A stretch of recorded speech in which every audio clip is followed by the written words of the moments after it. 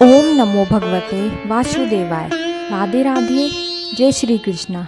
आइए सुनते हैं धनतेरस की कहानी।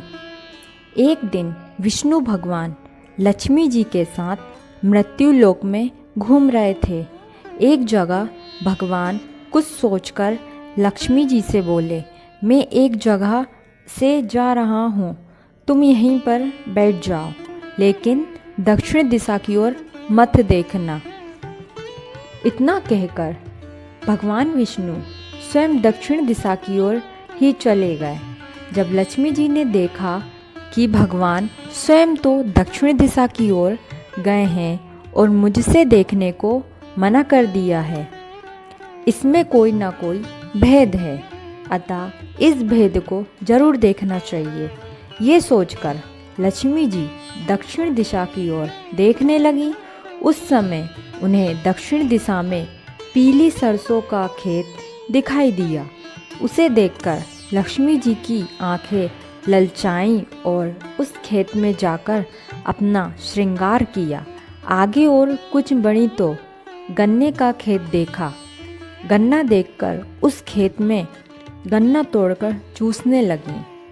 इतने में विष्णु भगवान आए और लक्ष्मी जी को वहाँ देखकर बहुत क्रोधित हुए। दूसरे जब उनके हाथ में गन्ने देखे तो कहने लगे कि तुमने खेत में से गन्ने तोड़कर बहुत बड़ा अपराध किया है।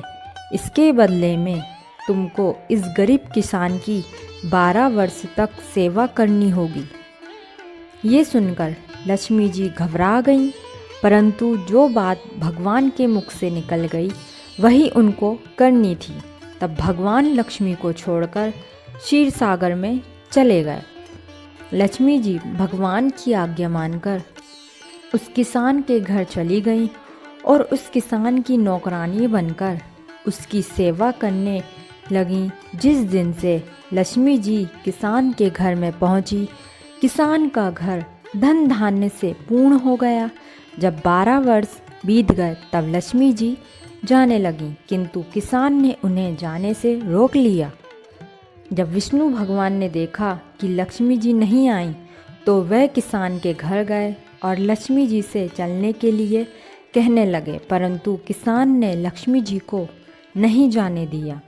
तब भगवान विष्णु बोले, अच्छा, तुम अपने परिवार सहित गंगा स्नान के लिए आओ और गंगा जी में इन 6 कोड़ियों को देख छोड़ देना। जब तक तुम वापस नहीं आओगे तब तक हम नहीं जावेंगे। किसान ने वैसा ही किया। जब वह गंगा जी में जैसे कि कोड़ी छोड़ने लगा, वैसे ही गंगा जी में से 4 हाथ निकले और चारों कोड़ियों को ले गए। जब किसान ने ऐसा देखा तो वह गंगा जी से कहने लगा, हे गंगा मैया, तेरे अंदर से ये 6 हाथ किसके निकले? तब गंगा जी कहने लगी, हे किसान, ये चारों हाथ मेरे ही थे। तू जा, ये कोड़ियाँ मुझे भेंट के लिए लाया है, किसने दी है? तब किसान बोला, मेरे घर 2 प्राणी आए हैं, उन्होंने ही ये कोड़ियाँ दी हैं।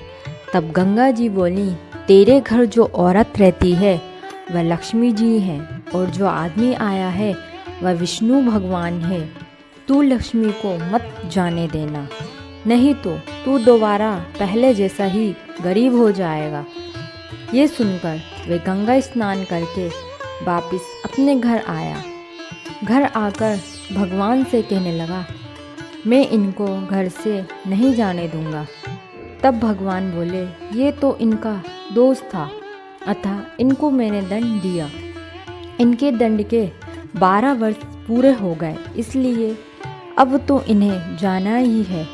तब किसान बोला, मैं इन्हें नहीं जाने दूंगा। तब भगवान हंसकर कहने लगे, हे किसान, लक्ष्मी बड़ी चंचल है, ये आज नहीं तो कल तेरे घर से अवश्य चली जाएगी। तुम तो क्या अच्छे अच्छे लक्ष्मी जी को जाने से नहीं रोक पाए। इस पर किसान कहने लगा, परंतु मैं नहीं जाने दूंगा।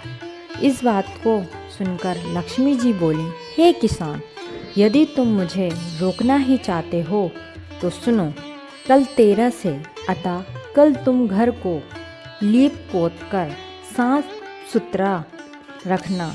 रात्रि को घी के दीपक जलाकर रखना। तब मैं तुम्हारे घर में आऊँगी। उस समय तुम मेरी पूजा करना, परंतु तुम्हें दिखाई नहीं दूंगी। किसान ने कहा, अच्छा, मैं ऐसा ही करूँगा। इतना कहकर लक्ष्मी जी 10 दिशाओं में फैल गईं और भगवान देखते ही रह गए।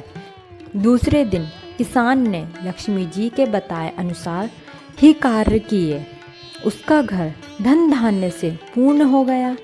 इसके बाद वह हर साल पूजा करता रहा। उसको देखकर और भी व्यक्ति पूजा करने लगे।